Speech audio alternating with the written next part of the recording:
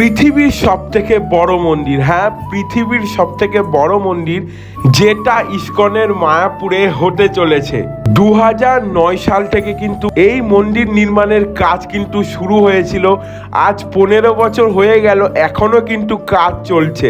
শোনা যায় যে 2025 জানুয়ারি মাসে কিন্তু এই মন্দির উদ্বোধন হবে।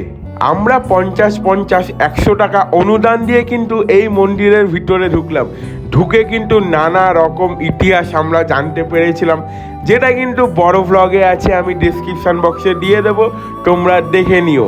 এই মন্দির নির্মাণ করতে টোটাল 1000 কোটি টাকা খরচ হচ্ছে, আর তার মধ্যে একজন বিদেশি আছে যে 300 কোটি টাকার এই মন্দির নির্মাণে অনুদান দিয়েছে।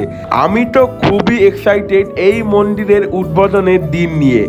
তোমাদের কেমন লাগলো অবশ্যই কিন্তু কমেন্ট বক্সে জানিও।